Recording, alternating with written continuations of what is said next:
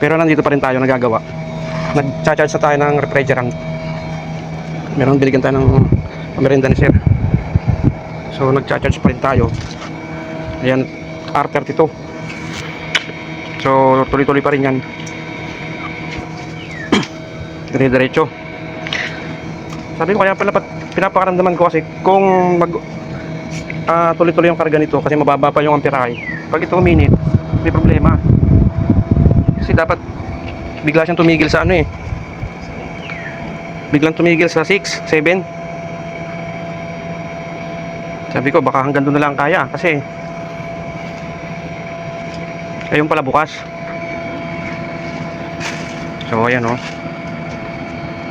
8.9 amps.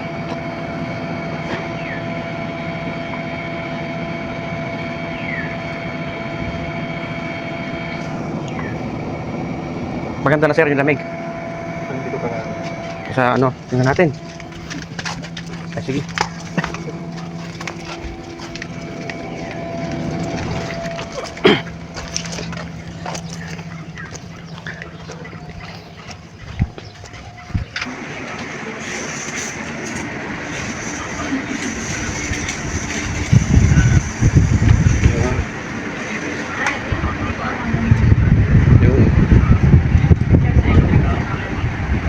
Maganda na yung lamig niya.